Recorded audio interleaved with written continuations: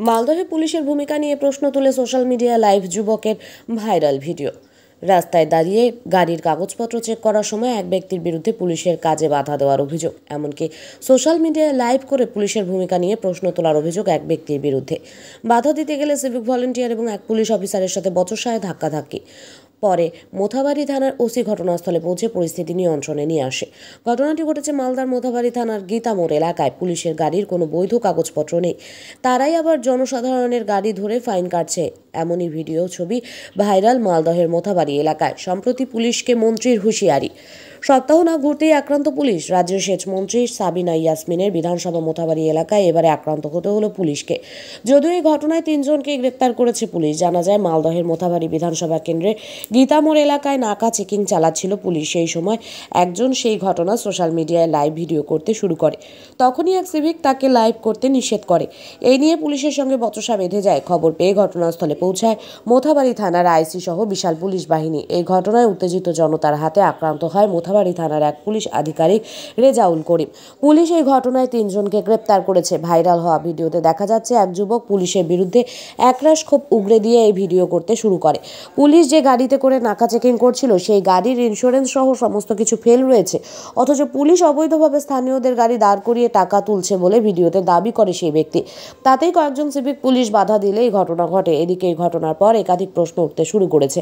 কারণ ভুয়ো ভোটার চিহ্নিতকরণ নিয়ে মালদা কলেজ অডিটোরিয়ামে তৃণমূল কংগ্রেসের এক কর্মী সভার আয়োজন করা হয়েছিল। আর সেখানেই পুলিশের বিরুদ্ধে ক্ষোভ প্রকাশ করেছিলেন সাবিনা ইয়াসমিন। তিনি বলেছিলেন, পুলিশ প্রশাসন নিয়ে বহু জায়গা থেকে অভিযোগ আসছে।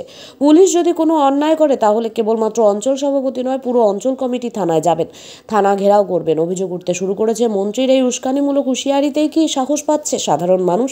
হাতে তুলে নিচ্ছে আইন। জেলা বিজেপির সহসভাপতি অজয় গাঙ্গুলি বলেন, কাল মোথাবাড়ি থানায় এলাকায় যে ঘটনা ঘটেছে তা যে ঘটবে আমরা জানতাম। রাজ্যের মন্ত্রী সম্প্রতি পুলিশকে যেভাবে হুঁশিয়ারি দিয়েছিল যে পুলিশ কোনো কাজ করছে না, পুলিশ নিষ্ক্রিয়। যদি পুলিশ সক্রিয় হয় তাহলে তৃণমূলের একটি নেতৃত্ব বাড়িতে থাকবে না, সবাই জেলে কিংবা থানায় থাকবে। উস্কানিমূলক কথাবার্তা বলার কারণে হরিশ্চন্দ্রপুরে সিভিক ভলেন্টিয়াররা যে ঘটনা ঘটিয়েছিল সেই মুখ ঘোরানোর জন্য কালকেও অনেক গাড়ি ঘোড়াতে চেকিং হচ্ছিল। বৈধ কাগজপত্র থাকা গাড়িগুলোকেও চেকিং করা হচ্ছিল, আর তারই প্রতিবাদ করেছিল স্থানীয় যুবকেরা। পুলিশ একটা ব্যবস্থা নিতে পারছে না, কারণ আমরা তৃণমূল কংগ্রেস করি। আমরা বিজেপি বলছি, পুলিশ সঠিকভাবে কাজ করুন, আর না হলে মালদা কিন্তু নিয়ন্ত্রণের বাইরে চলে যাবে। এখানে এরা গাড়ি ধরে, সিভিক গুলা এরা সব মহারাজ পুলিশ গাড়ি ধরে। এখানে নিজের গাড়ির কোনো ইন্স্যুরেন্স পেপার নাই, আর লোকাল ছেলেদেরকে হয়রানি করে এরা।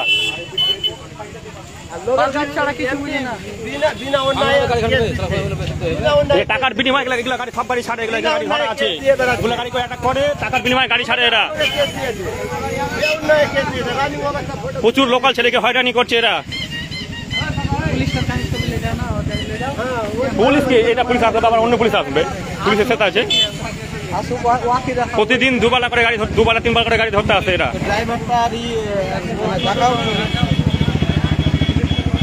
এটা গীতামোড় স্ট্যান্ড, এই যে দেখেন গীতামোড় স্ট্যান্ড, এটা এই যে আমাদের পুলিশ অফিসার প্রতিদিন দুবেলা 3 বার করে গাড়ি ধরে।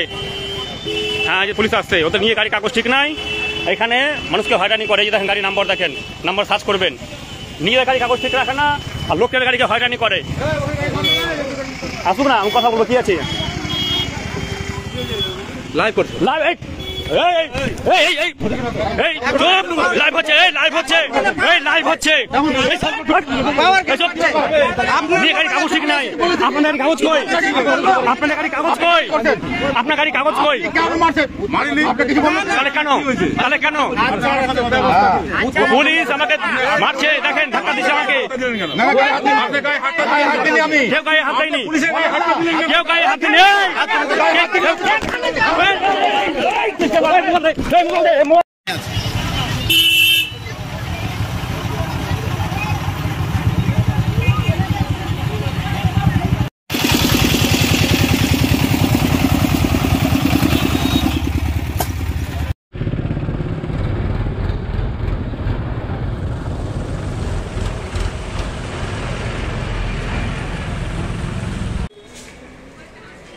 কালকে যেটা মোথাবাড়ি বিধানসভায় ঘটেছে সেইটা ঘটনা ঘটবে এটা আমরা ভেবেছিলাম, কারণ মালদা কলেজ অডিটোরিয়ামে রাজ্যের মন্ত্রী যেভাবে পুলিশকে হুঁশিয়ারি দিয়েছিল যে পুলিশ কোনো কাজ করছে না, পুলিশ নিষ্ক্রিয়। একটা কথা মাথায় রাখতে হবে, মালদা জেলার পুলিশ যদি সক্রিয় হয় তাহলে তৃণমূলের কোনো নেতৃত্বই আর বাড়িতে থাকবে না, সবাই জেলে কিংবা থানায় থাকবে। সেই জন্য উস্কানিমূলক কথাবার্তা বলার জন্য যে ঘটনা হরিশ্চন্দ্রপুরে সিভিকরা ঘটিয়েছিল সেইটার মুখ ঘোরাবার জন্য কালকেও অনেক গাড়ি ঘোড়াতে চেকিং হচ্ছিল, এবং এমন গাড়ি ঘোড়াতে চেকিং হচ্ছিল যেসব গাড়ি ঘোড়াতে কাগজ আছে সেই সমস্ত গাড়ি ঘোড়াও কালকে মোথাবাড়িতে চেক হচ্ছিল। হওয়ার পরে লোকাল লোক সেখানে প্রতিবাদ করার পরে সেখানে পুলিশের ওপর অত্যাচার হয়, কিন্তু পুলিশ তার বিরুদ্ধে কোনো ব্যবস্থা নিতে পারে না। কারণ পশ্চিমবঙ্গে একটাই শাসন ব্যবস্থা চলছে, আমরা তৃণমূল কংগ্রেস করি এবং আমরা মন্ত্রীর লোক।